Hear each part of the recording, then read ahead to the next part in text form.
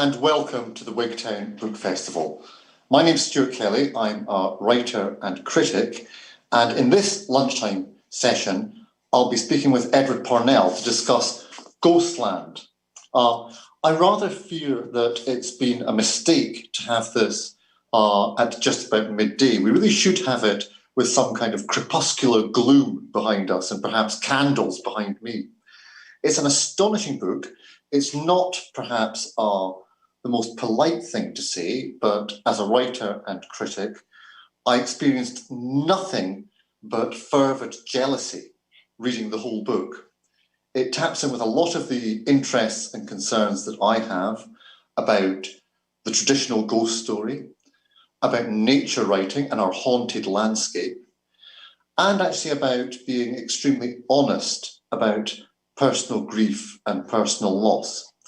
That kind of hybrid book is what I think makes non-fiction at the moment so exciting. And so please give a virtual welcome to Edward Parnell. Hi. Hello. Before we actually hear a little bit from the book, can you just talk me through the genesis of this? How did you braid together your obsession with the ghost story with the kind of sometimes slightly camp popular culture versions of it, with your own experience of grief and with what you get from the countryside? Well, it was born out in a slightly strange way. I wrote a blog post. I went to visit the place where M.R. James, the Victorian-born ghost story writer, grew up, a really strange little village just outside Bury St Edmunds in Suffolk, where his father was the rector. I went there with a friend of mine just to sort of, because I was interested in James, and I always had been, but I'd never been to that particular site before. And afterwards, I wrote a rare blog post for me at the time, sort of detailing it, because I was quite blown away by the oddness of this village and its atmosphere. There's a really odd sort of ephemeral spring-fed lake that really isn't like very many other features in that East Anglian landscape that I'm quite familiar with. That sort of dominates the local landscape, and the church where James's father was the rector overlooks this, and it's an odd, lonely-looking place, really.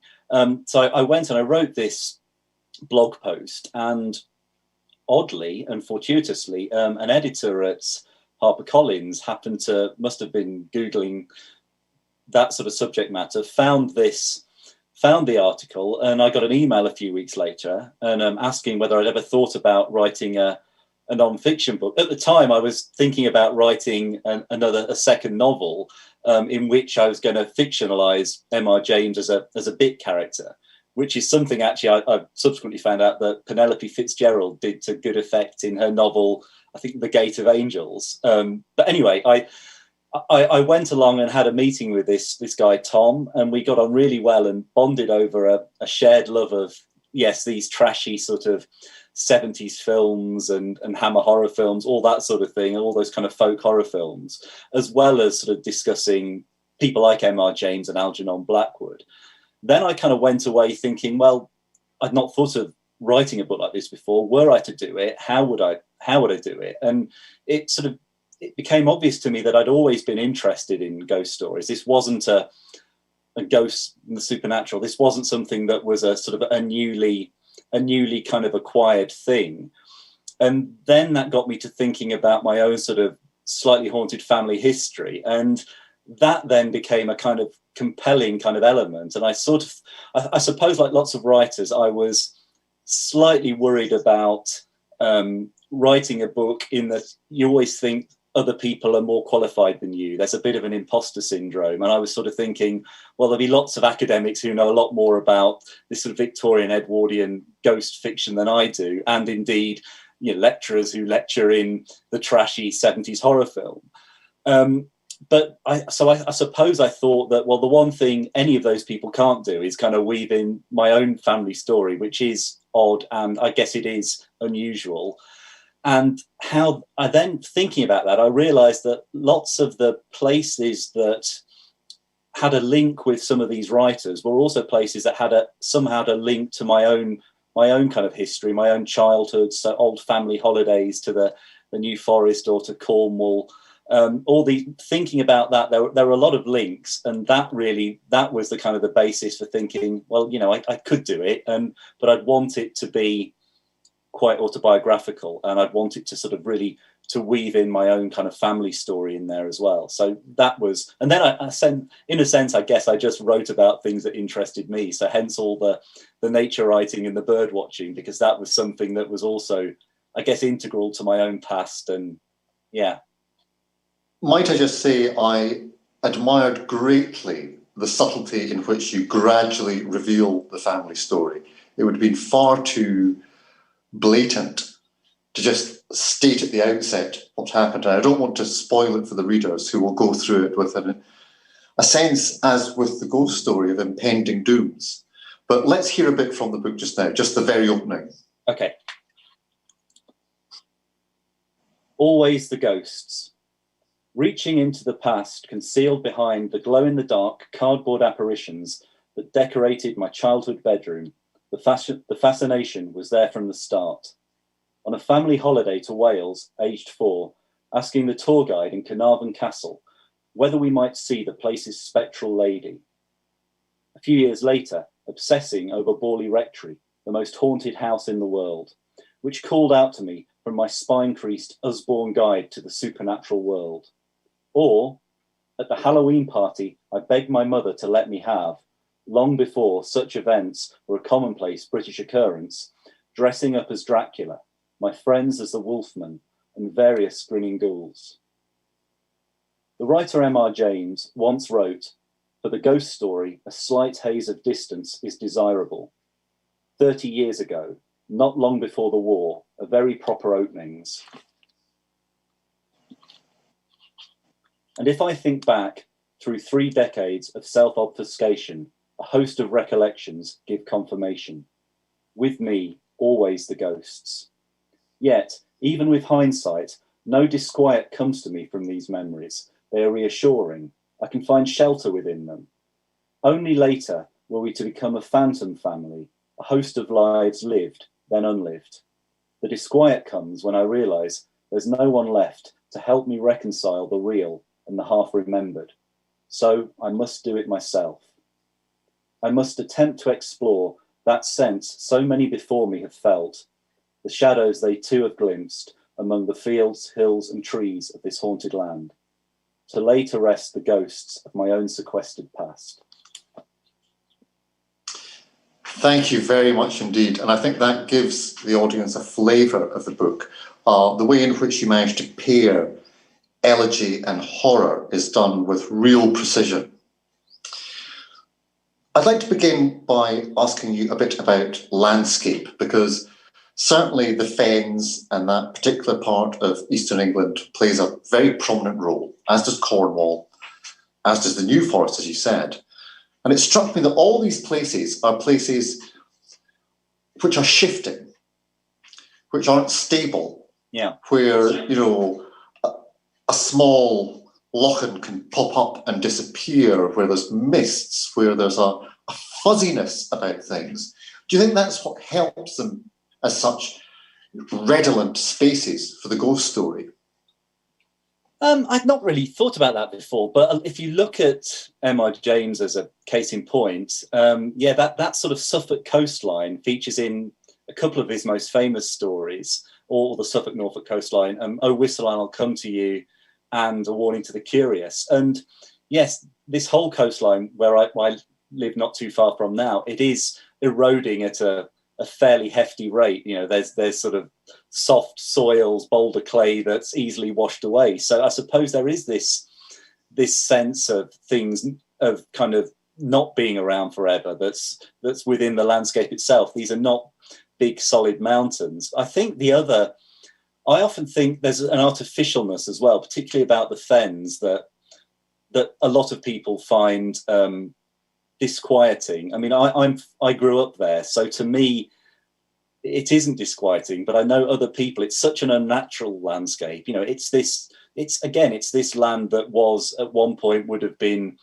reed beds and marshes and was drained and is now this kind of monoculture agricultural land that's kind of fairly sterile. You don't see much wildlife there. It's an odd place. So I can perfectly understand how that's to people visiting it, how it seems unlike anything else that's perhaps they've been used to. So yeah, I'm sure there is something about that. I mean, I do think there's an element of the things that that within a landscape. I wonder whether familiarity is also an element. So yeah, I think that yes, if you're not used to those kind of big East Anglian skies and those sort of but those weird fens, that it is something that possibly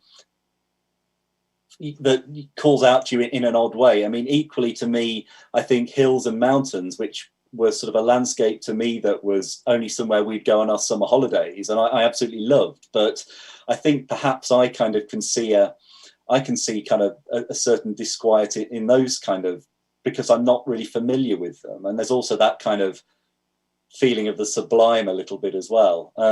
Woods, I think, is a case in point for people. If you're not used to wandering around on your own around a woodland, I mean, I suppose I am through my bird watching, but that can be quite an unsettling thing and disorientating as well. I mean, look at something like the Blair Witch Project. But I wonder whether, yes, when we're outside of our own comfort zone with somewhere, so that's, I think, another element, as well as perhaps, as you say, these just odd, the way that these landscapes can change very quickly as well.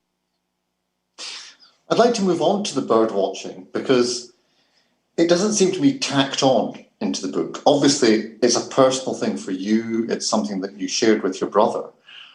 But I thought, in some ways, you make the birds eldritch. They're almost ghosts in their own right.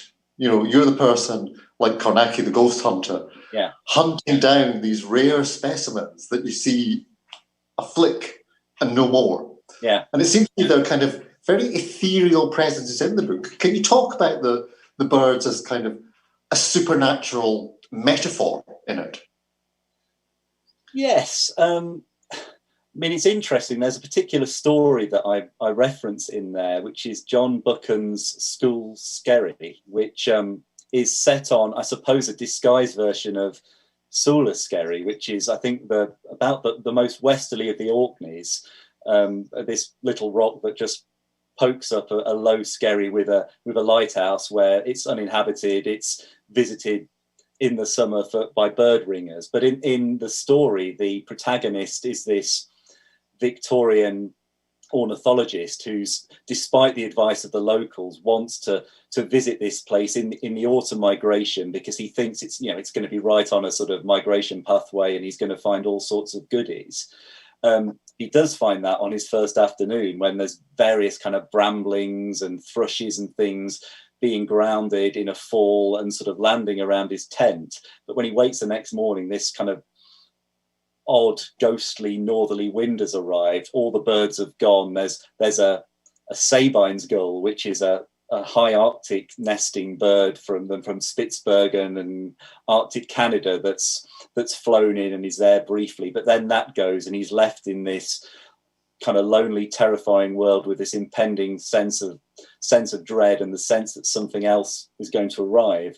So I think there's a few stories as well where kind of birds appear like that. But yes, you're right that it was, as well as I wanted them in there because of how entwined they were with my own sort of the past and the family story I was trying to tell. But as you say, there is this flittingness about bird watching, and it is a slightly ghostly activity. That's in that you're often walking around on your own, looking for something that may or may not be there, and which you usually don't see. So that's perfect.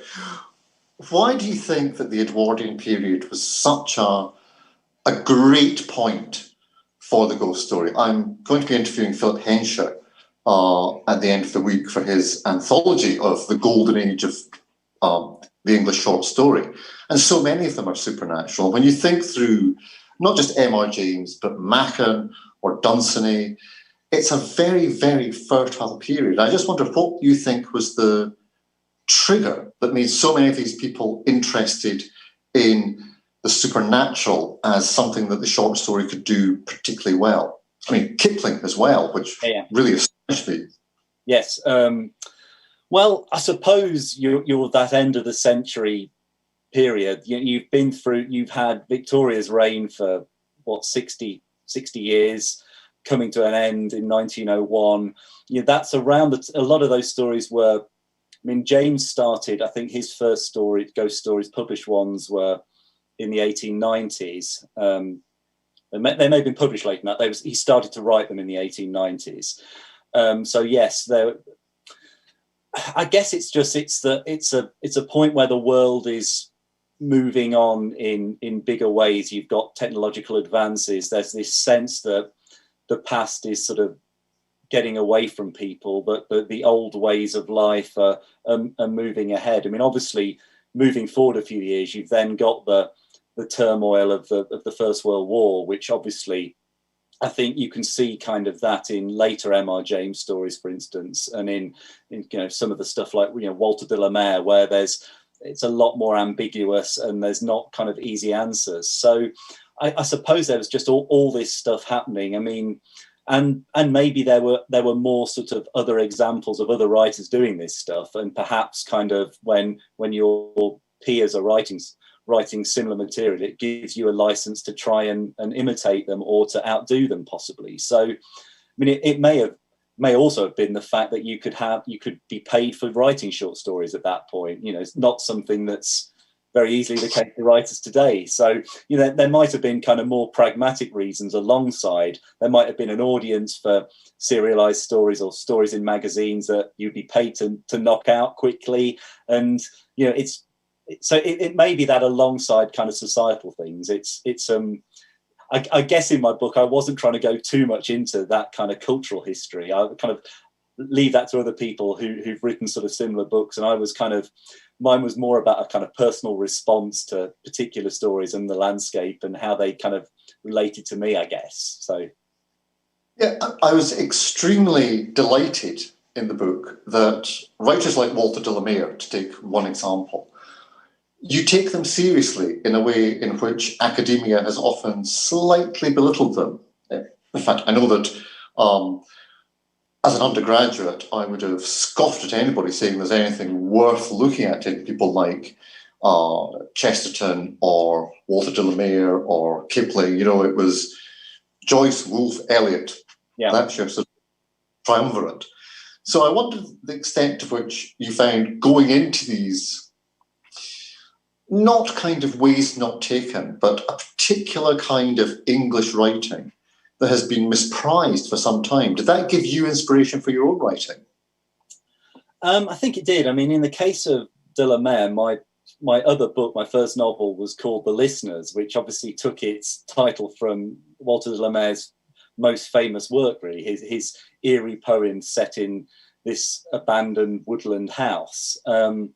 So I was aware of that side of his work. I obviously then came later to his, I'll call them ghost stories, but they're hard stories to define. They're eerie stories, and actually often the supernatural element. So in something like one of his most famous and most anthologized eerie ghost stories is called Seton's Aunt, and in that story, the title character, this rather awful aged aunt character of a school friend of the narrator called Seton, we're not quite sure, is she of this world? Is she some sort of, vampiric kind of living dead creature who's preying on her nephew, and there's all sorts of supernatural goings on, or is she just a kind of embittered, mean-spirited old woman? It's with like lots of de la Mare stories in particular, they're actually much more ambiguous than say M.R. James, where we've got these kind of medieval horrors often that are very, they are, at least in the terms of the stories, there's not very much of a rational get out. But in de la Mare stories, often we're reading them and they're disquieting, and we think there's quite possibly something supernatural going on, but we're we're never entirely sure. Then there's other stories that he wrote, like, and one of my favourites, All Hallows, where fairly obviously there are darker forces at work in this clifftop church that's, you know, reminds me of that crumbling Suffolk coastline we talked about. But yeah, it was wonderful to really delve into somebody like de la Mare and yeah, the ghost stories of Kipling. I mean, one of my favourites is his story They, which is just this beautiful, tender story about loss, which was inspired by the death of his own young daughter. And it's it's a heartbreaking tale, and I would urge anyone to read that particular story. But yes, you're right, there's all these sort of figures, even if they're known for other things, they're ghost stories, they're eerie stories of perhaps been kind of lumped away as something not quite as serious. But I do wonder whether actually there's, you know, somebody like de la Mare will soon come a bit more to the fore. I mean, he reminds me a lot of Robert Aikman, the more recent sort of weird story writer mainly of the sort of 60s and 70s, who I think his stories are again very, very disturbing, a lot of them, but slightly odd and hard to decode as well. I think they owe a lot more, say, to de la Mare than they do to M.R. James. But there's so many interesting writers of that period. You mentioned there about the church, and it struck me that the examples you give of various kinds of eerie tales, there's some which are very much to do with the church. You mentioned Buchan. Something like Buchan's Witchwood, I think, is paradigmatic in this, in that you've got on one hand the church, and then you've got the old ways. You've got the Fey culture. Can you talk a bit about that tension between paganism and repressive religion in the ghost story? Yeah, it's interesting. It was interesting to me that quite a few of the sort of the big characters that I talked about, they had their fathers were Anglican priests. So yes. M.R. James, obviously, case in point, but William Hope Hodgson, who was this wonderful writer, again, of that early 1900s period, he unfortunately, like so many of his generation, met his end in not good circumstances in the First World War. But his fiction is this sort of more cosmic horror kind of weird fiction, that he was somebody who was an inspiration, I think, to H.P. Lovecraft, the New England writer, who's now the sort of, the absolutely kind of prime example of that. That sort of fiction that deals with a chaotic, godless universe in which though these odd kind of forces beyond our comprehension sort of are controlling things. But yeah, Hope Hodgson, his father was an Anglican vicar. E.F. Benson, another prolific ghost story writer, as well as writing the Map and Lucia novels. His father became the Archbishop of Canterbury, and is probably the person responsible for telling the story based on a real haunting in Hinton Ampner in Hampshire, which is thought to have been the inspiration for the turn of the screw. Benson's father told this story in a sort of candlelit evening to when Henry James was present. So there's clearly this, and I suppose I looked at it a little bit that, well, James, for instance, M.R. James has fairly strong religious views, and I suppose on that level there's just this, if you can believe in God and an afterlife and all these different things, obviously you're halfway there to sort of thinking, well, actually I can believe that there's other things, or particularly James, where he's an academic specialist in medieval horrors and biblical apocrypha, things like this. It's you can see where a lot of his sort of horrors are coming from, and obviously with kind of visions of hell and things, it's not that big a stretch. So I suppose it's someone like me who's not really a believer in religion, although I was a kind of choir boy as a kid. So I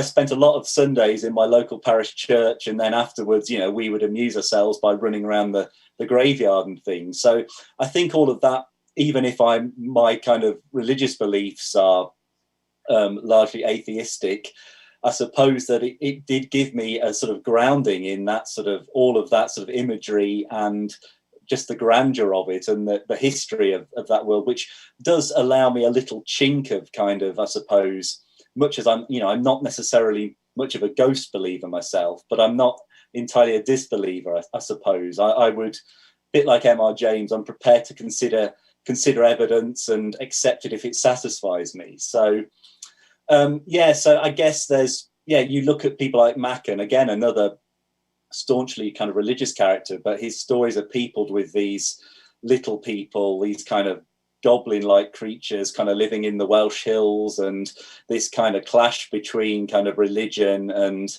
I guess the New World Order and things. So and that might come back to something you were saying about that Edwardian period and the time around then being this sort of fertile period for this stuff, because maybe there was a kind of cultural thing going on as well. I mean, there's a particular Machen story, I think it's called Out of the Earth, if I remember rightly, which is set around the First World War, where it'll the kind of the tumult of those times and the awful things that are happening in the wider world also kind of allow a bridge for these little people, these awful little kind of goblin type creatures to re-emerge out of the ground again, because they're almost kind of feasting on the horrors that are in the human world. So yeah, all of that stuff must be playing into all these different writers, I suppose. I think it's why I find Hope Hodgson by far the most frightening of all of them, because it isn't anything demonic or angelic in any biblical sense, and it isn't anything sort of pagan, fairy, kobold-like. With him, the horror is something swinish. Yeah. And I always wondered whether Tolkien took something from that. I mean, he and Lewis obviously read a lot of this material, but can you just talk about the nature of monstrosity in the stories? And perhaps it's good to sort of recap exactly how horrible the house on the Borderland is.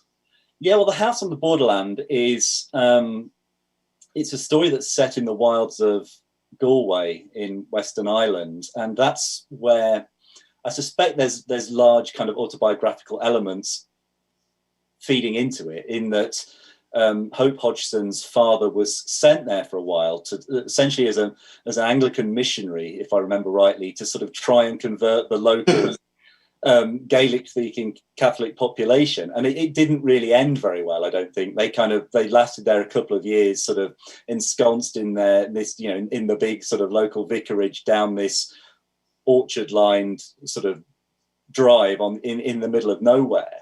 But I think that obviously had an effect. That the landscape around there had an effect on Hodgson, and the stories about this ancient ruin that two English visitors who are on a fishing holiday to this area come upon, and there's this weird geographical feature, this sort of the waters go underground, I guess, into the limestone and disappear, and there's this vast sort of chasm there.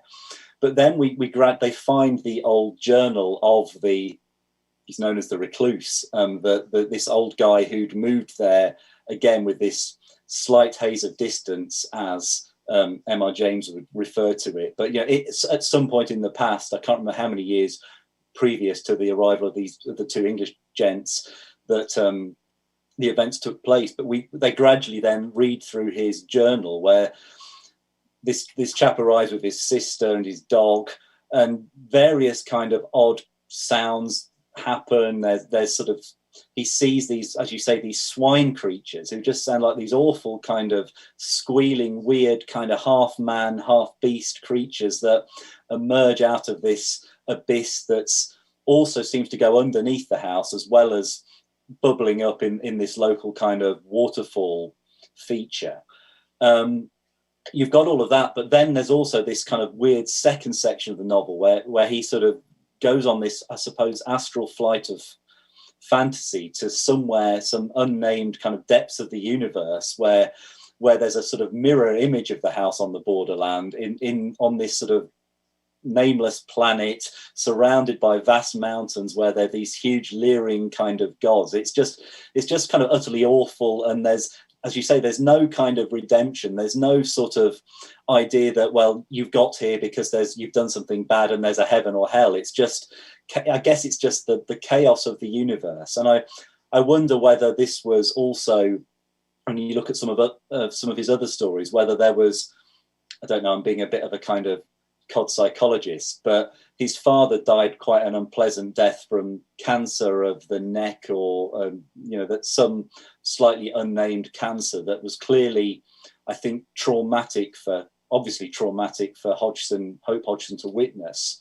And he'd also had he'd sort of had a falling out prior to his father becoming ill. And I wonder whether lots of that stuff was tied in with him trying to kind of find a way of comprehending his father's own demise. And yeah, so a lot of that stuff, obviously his own, Hope Hodgson's own demise came in the First World War, and lots of this stuff does seem to kind of, you could read it as prefiguring the horrors he was about to witness.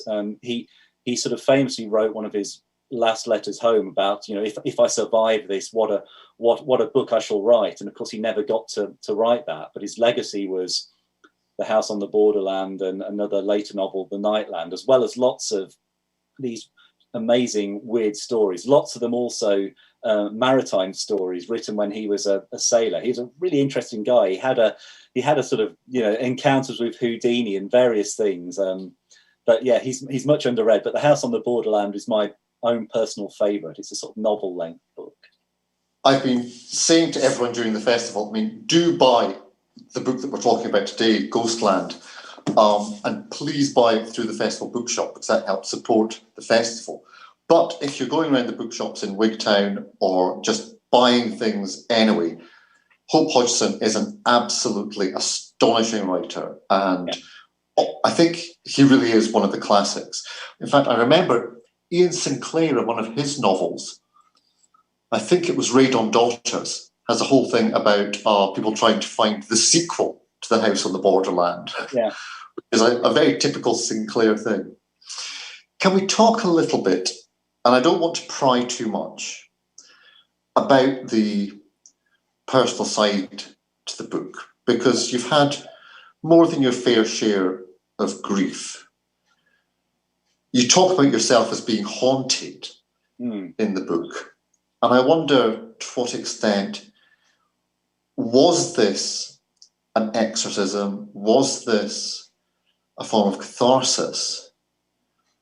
Was it difficult to go over things which were evidently and obviously painful?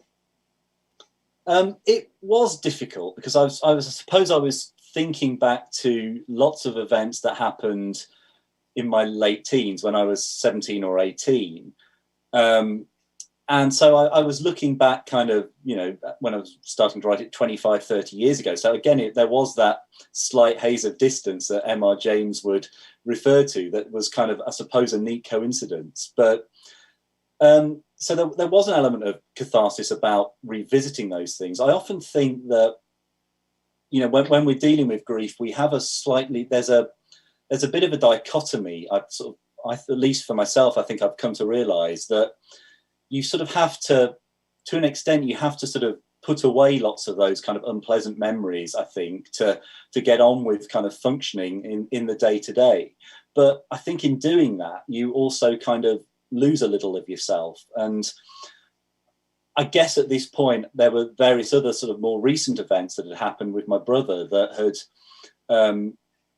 I guess, had formed a catalyst that had made me really want to kind of think back to my childhood and think back about my parents and try to kind of revisit things that I hadn't really thought about that often. Because yes, it is kind of, thinking about people in hospitals, not a fun thing to go back to. And I suppose I hadn't really done that for a while. So, I think there was a certain element of catharsis whilst I was writing it to go back to that. There was also it was nice. There was lots of happy memories that I hadn't thought about that also came out. But I kind of felt that if I didn't do it soon, I kind of feel a bit like kind of an endangered bird myself, really, that there's, I'm the kind of, there's no one else, if I don't really tell my family story, there's no one else really left to do it. So I kind of wanted to get down a semblance of how we were as a family, how my parents were, how my brother was. But I'm conscious as well, and I guess this was deliberate in the book, that it's not, the reader might, I'd hope they'd get a sense of that we were a kind of quite a happy family unit, and they'll get, a certain sense of the character of my parents and my brother. But also, I think they also remain kind of quite ghostly figures, that they're not kind of, it's not a fully formed biography of those people, because, I'm also, in the case of my parents, I'm kind of trying to filter 30-year-old memories of them. And then it's without my brother being around to sort of help, who was, the other person I could talk to about these kind of shared memories. That was, that's something gone. So it's a book about, it might be a book about how people are, can vanish from our lives, but also about memory, really, and how we try and reconnect with that. It strikes me that there is a strange confluence in your book. I've been quite intrigued by how many of the books, I don't like the phrase, the new nature writing, have been grounded in grief. Helen MacDonald, who I'll be chairing on Saturday, is kind of the prime example, but there's plenty others in which, actually going back to something that William finds is the Snow Geese. There's lots of books in which nature writing, it's ecology plus grief. There's also been, in the past few years, a real uptick. I don't want to use pandemic language, but I've noticed a lot more rural Gothic coming through. Andrew Michael Hurley, for example. Do you think these are connected? Do you think this idea of going to the landscape because of grief, finding in the landscape the very cause of grief, and being haunted by its disappearance? Often it's an ecological concern. We're grieving something that is going. I think so. I mean, that's certainly something I try to do in my novel, The Listeners, in that had the central character for that novel, which is set in deepest, darkest Norfolk in 1940. So just at, again, a bit of a moment, I suppose, like that moment in the Mackin story, Out of the Earth, where it's the phony war, there's great turmoil about to unfold. But that really was the main character of that book was this nature-loving, strange 13-year-old boy who's grieving the loss of his father. And actually within that, I tried to kind of weave in all of these vanished farmland birds and things that have, subsequently since 1940, since the moment of that book, have vanished from the British countryside. So, birds like the redback shrike that I remember seeing the last, at the time in 1989 as a teenager, being my brother taking me to see the last breeding pair, which was in Thetford Forest. There's been a couple sort of since then, birds like that, but more commonplace birds like tree sparrows and yellowhammers, a lot of those farmland birds that have just seen their numbers absolutely plummet. I mean, I was even conscious writing Ghostland, driving around the British landscape, and particularly actually around the fens in Norfolk, where as a lad I would, my mum would drive me around. She also had a real love of birds, and we'd be, seeing flocks in the winter of thousands of lapwings on the field. I could go a whole day driving around Norfolk and not see a single lapwing in the winter. So there is this kind of grief for something that's going as well. It's fairly obvious as well. If you're at all into nature and you drive around, there is a dearth of there's a lot fewer birds. There's even things like, as a kid, when we were coming back from somewhere of a summer evening, and the windscreen would be splattered with, the juices of various sort of moths that had been hit by the car, attracted to the headlights. That's something you don't even really get now. Invertebrate numbers have absolutely just gone down the pan, which is probably one of the main reasons that the farmland birds have also gone. But so we can kind of see the countryside being encroached. We're kind of yearning for, I suppose, what it's easy to see as a simpler time, that kind of rural past. And yeah, lots of those kind of folk horror films, if you like, of the 70s, like The Wicker Man and various things, kind of are also kind of feeding into that. So it's a feeling that's been around for a while, but certainly, you're right, as in the last kind of decade or so, has taken more of a hold, I suppose.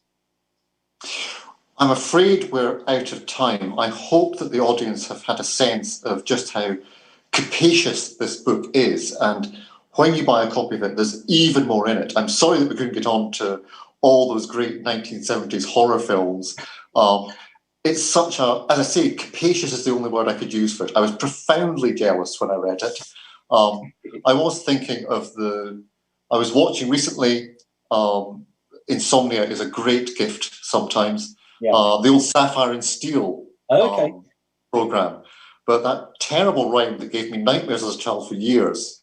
As I was walking down the stairs, I saw the man that wasn't there. He wasn't there again today. I wish that man would go away. And you really capture that sense of the everyday eeriness. It's been an absolute pleasure and privilege to speak to you, Edward. Every success with the book. And hopefully next year, we might even see you in person. Well, thank you very much. Thank you.